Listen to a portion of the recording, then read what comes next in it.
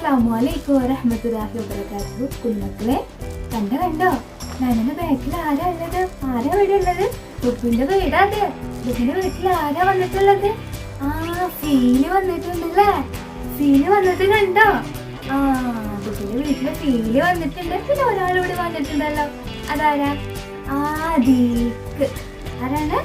ദീക്ക് വന്നിട്ടുണ്ട്. ദീക്ക്. അപ്പൊ ഫീലും ഉണ്ട് അവിടെ, ദീക്കും ഉണ്ട്.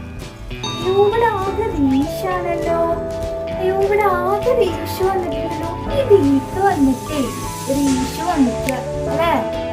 അവിടെ കൊറേ റീഷ ഉണ്ട് അല്ലേ? അതെ. അപ്പൊ നമ്മളിവിടെ 3 വേർഡ്സ് പറഞ്ഞു. ഏതൊക്കെയാ പറഞ്ഞത്?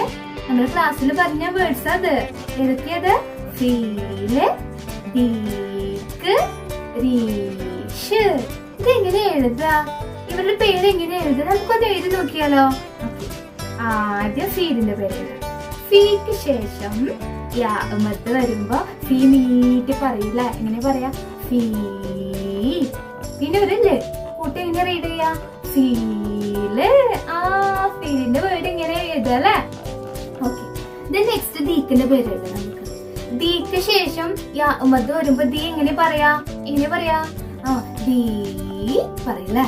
പിന്നെ ഒരു ക എന്ന് എഴുതി കൊടുക്കാം അല്ലെ? ദീ കുട്ടി എങ്ങനെയാ റീഡ് ചെയ്യാ? ദീക്ക്. ഫീല്, ദീക്ക്, റീഷ്. ഇതിനൊക്കെ യാമദ്ദാ വരുന്നത്. കെസ്റ ഹർഫിന്റെ കൂടെ യാമദ്ദ് വരുമ്പോ ചിരിച്ചോണ്ട് നീട്ടി പറയും. കെസ്റ നമുക്ക് ചിരിച്ചിട്ടല്ലേ പറയാ? ചിരിച്ചിട്ട് പറയും. അതിന്റെ താഴെ വടി വരുന്ന ഹർഫുകള്. അതിനുശേഷം യാമദ്ദ് വരുമ്പോ നീട്ടിയിട്ട് പറയാ ഈ ബി ടി സി. യാമദ്ദ് ചിലപ്പോ തല ഉണ്ടായിട്ടും തല ഇല്ലാണ്ടും കാലില്ലാണ്ടായിട്ടും കാലില്ലാതെയും ഒക്കെ വരും അല്ലെ? യാമദ്ദ് അല്ല, ഇതാണ് യാമദ്ദ്. യാമദ്ദ് വരുമ്പോ തല ഇല്ലാണ്ട് വരും ചിലപ്പോ.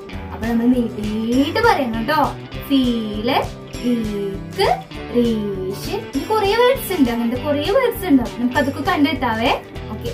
അപ്പൊ നല്ല കുട്ടികളായിട്ട് എഴുതുക, റീഡ് ചെയ്യുക. ഓക്കെ. അസ്സലാമു അലൈക്കും വറഹ്മത്തുള്ളാഹി വബറകാതുഹു.